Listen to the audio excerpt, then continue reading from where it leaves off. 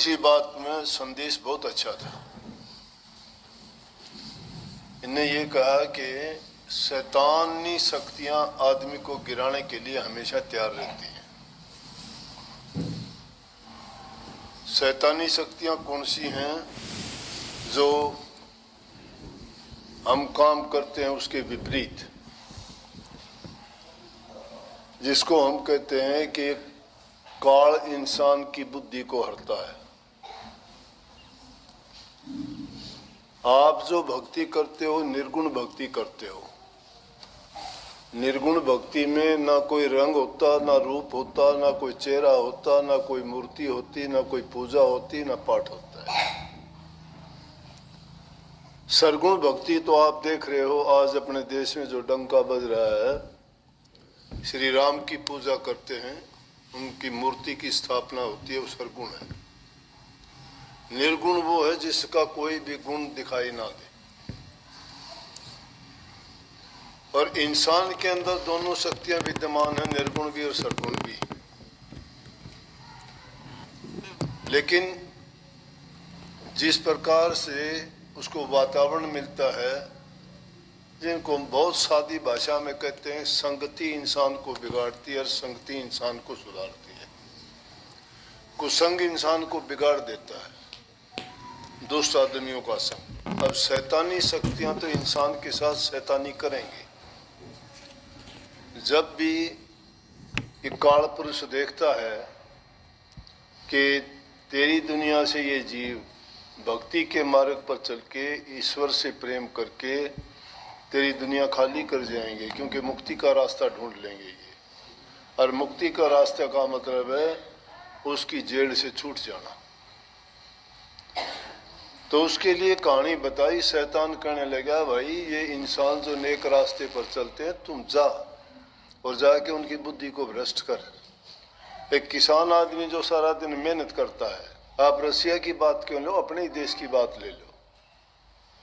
जैसे अपने ही देश में कोई किसान जाके खेत में काम करता है, अपनी रूखी सूखी रोटियां लेके जाता है, उसको किसी चीज की जरूरत नहीं, क्योंकि मेहनत कश आदमी है, ज्यादा उसको खाने पीने का, अच्छा जीवन जीने का इतने अवसर नहीं मिलते, वो चीजें नहीं मिलती। लेकिन उनकी सभ्यता की बात है ये। वहाँ ठीक बात है, घोड़ों से ही सारा काम लिया जाता है। वहाँ की जमीन इस प्रकार की है कि उनमें घोड़े ज़्यादा कामयाब है। जैसे हमारे मरुभूमि में, मरुस्थल में ऊँट कामयाब है, मैदानी भागों में बैलों से काम लेते थे। आजकल तो मशीनीकरण हो गया, जहाँ कहीं भी जाओगे ट्रैक्टर हैं, उनके दूसरे यंत्र ऐसे बना दिए गए जिनसे खेती होती है। तो बात तो वो उनकी थी कि इंसान को किसी न किसी तरीके से शैतान अपनी शैतानी शक्तियों के कारण उल्टे रास्ते पे डालता है। और सबसे बुरा रास्ता कौन सा है कि उसको शराब, कबाब, जुआ, नशा, इन चीजों में लगा दे। राजा परीक्षित के टाइम में काल की शक्तियां प्रबल हुई थी। काल आके कहने लगा कि अब मैं इस दुनिया में प्रकट हो गया हूं और मैं सारे उल्टे सीधे काम करवाऊंगा। राजा परीक्षित कहने लगा, बहुत धर्मात्मा राजा था, प्रजा हितकारी था, सन्मार्गी था, लोकहित के काम करता था, प्रजा का प्रिय था, विद्वान ज्ञानी था, समझदार था। तो उसने कहा कि ये अगर तू मेरे राज्य में आ गया तो तुम बखेड़े खड़े कर देगा, क्योंकि वो जानता था कि काल तो उल्ट काम करवाएगा। बोला कि मैं यहाँ अब तो नहीं आने दूंगा। बोले आप रोक नहीं सकते, क्योंकि ये भावी की रचना है। मैं आऊं तो वह जरूर, लेकिन हाँ ये ऐसे कि आप बता दो मैं कहाँ रहूं। तो उन्होंने भी सोच लिया अगर ये बात है तो कुछ तो करना पड़ेगा। हाँ कर दी। और हाँ करने के बाद में कहने लगे, तुम ऐसी जगह में जाके रहो जहां शून्य हो, जहाँ शराब पी जाती हो, जहाँ लड़ाई दंगे होते हों, तो वो ऐसी जगह में जाके रहता है। इसलिए ये शैतानी शक्ति ये थी कि शैतान जब प्रबल होता है तो इंसान को निंदा के रास्ते पे, चोरी के रास्ते पे, छल कपट बेईमानी के रास्ते पे डाल के उनसे बुरे करवाता है। और जब बुरे रास्ते पर डाल देता है तो उसको पता होता है कि अगर इसके कर्म जो बिगाड़ दिया है तो अपने कर्म के भोग के कारण ये इस दुनिया से नहीं निकल सकता। वो किसी न किसी तरह से उनको उसकी बुद्धि पर बैठ जाता है और उल्ट काम करवा देता है। राजा परीक्षित से ही उल्ट करवा दिया। ये उसका सबसे बड़ा उदाहरण है, क्योंकि वो शिकार खेल के आया तो सुन का नाम लिया। सुन नाम सोने का भी होता है। वो उसके मुकुट में बैठ गया और जब एक ऋषि ध्यान में बैठा हुआ था वहां से गुजरने लगा, उल्ट काम करवा दिया। कहने लगे क्या ध्यान लगाए बैठे, पानी पिला, सुनता नहीं है। वो अपने मस्ती में थे, महात्मा ध्यान समाधि में थे, नहीं बोले। जब वो नहीं बोले तो एक मरा हुआ सांप पड़ा था, उठा के उनके गले में डाल दिया। लेकिन जब उनका शिष्य आया उसने देखा कि गले में सांप किसने डाला, गुरु जी के। कहने लगे राजा परीक्षित आया था, उसने पानी मांगा था, राजा से बोले ये ध्यान में थे, उसने डाल दिया। बोला मैं श्राप देता हूं, आज से 7वें दिन राजा परीक्षित को सांप ही डस लेगा। काल ने बुद्धि हर ली ना, राजा की हरी, ऋषि पुत्र या ऋषि के शिष्य की बुद्धि हर ली। उससे मरा हुआ सांप गले में डलवा दिया, उससे श्राप दिलवा दिया। जब ध्यान समाधि से उठे महापुरुष किसी का अनर्थ या काज और बुराई नहीं करते। जब ध्यान से उठे और उनको पता लगा कि इसने श्राप दे दिया राजा को, कहने लगा रहे ऐसे प्रतापी राजा को श्राप दे के तूने गलत काम किया है। तो राजा परीक्षित को सांप से डसाया, प्रकृति का नियम था। हम उसको काल कहते हैं, यमराज भी कह सकते हो उसको, जो दुष्ट काम करवाता है। तो उस किसान की बताई कि जब उसके पास कुछ भी नहीं था, वो सच्चा था, अपने कमा के मेहनत का खाता था, उसकी बुद्धि विचार सही थे, तो तब तो उसमें इतनी ताकत थी कि उसकी रोटी जाने के बाद भी संतोष और धैर्य था उसका, परीक्षा थी उसकी। कहने लगा चलो जिसके भूखा होगा कोई उसने खा ली, परमात्मा उसका भी भला करे। उसने आशीर्वाद दिया उसको भी, जा भाई रोटी लेने वाला। उस शैतान ने सोचा बहुत गलत हो।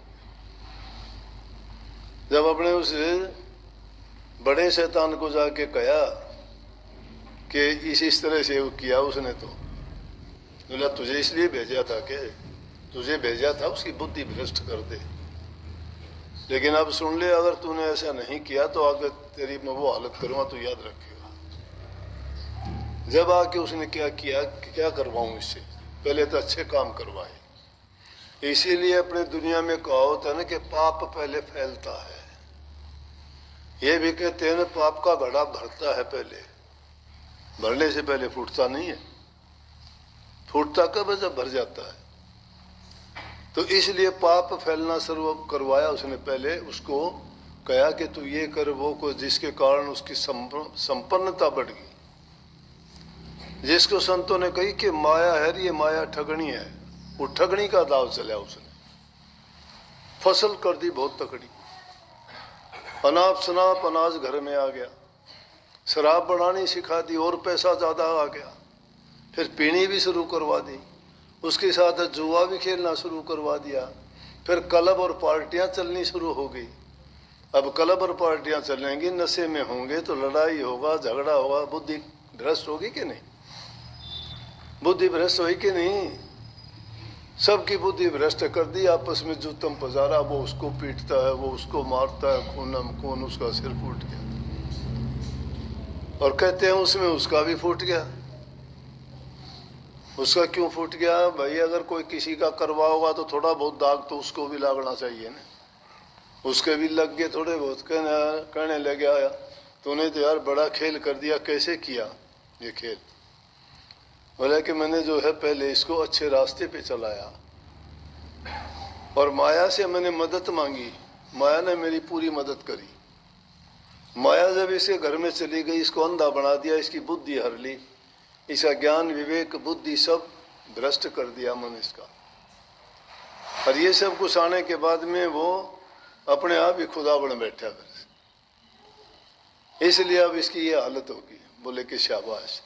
तो कहानी तो इन्होंने जो बताई वो ये थी, और इसका धार्मिक पहलू आध्यात्मिक पहलू ये था।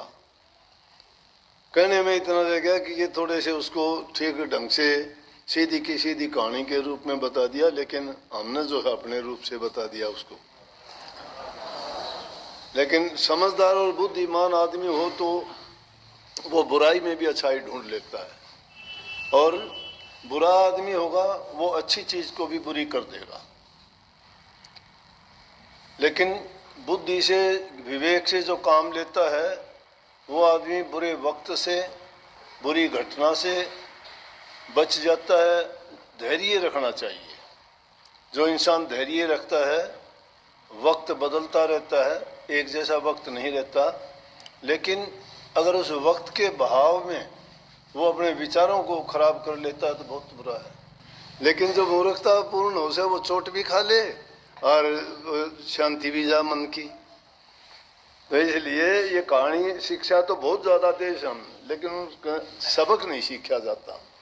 उनकी शिक्षा हो सभा को नहीं ली जा। वो अगर शिक्षा हम ले आं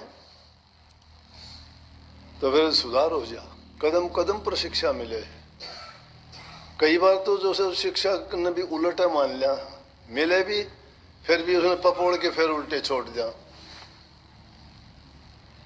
लेकिन ये नहीं सोचते कि हमारे अंदर जो रूह है वो बहुत पवित्र है, वो बहुत ऊंचे घर से आई हुई है, और यहाँ जो इस जिस दुनिया में है उसमें उसका बुद्धि हरने वाला वही काल है, डेविल है, वो शैतान। उस शैतान से जो बच जाता है वो चाहे परमात्मा की भक्ति ना करो, क्योंकि परमात्मा नाम शुद्धता का है, पवित्रता का है, सत्यता का है, उसमें मिलोनी नहीं है कोई भी। हृदय पवित्र तो सारा का सारा काम सही। जरूरत है कौन किसी चीज की।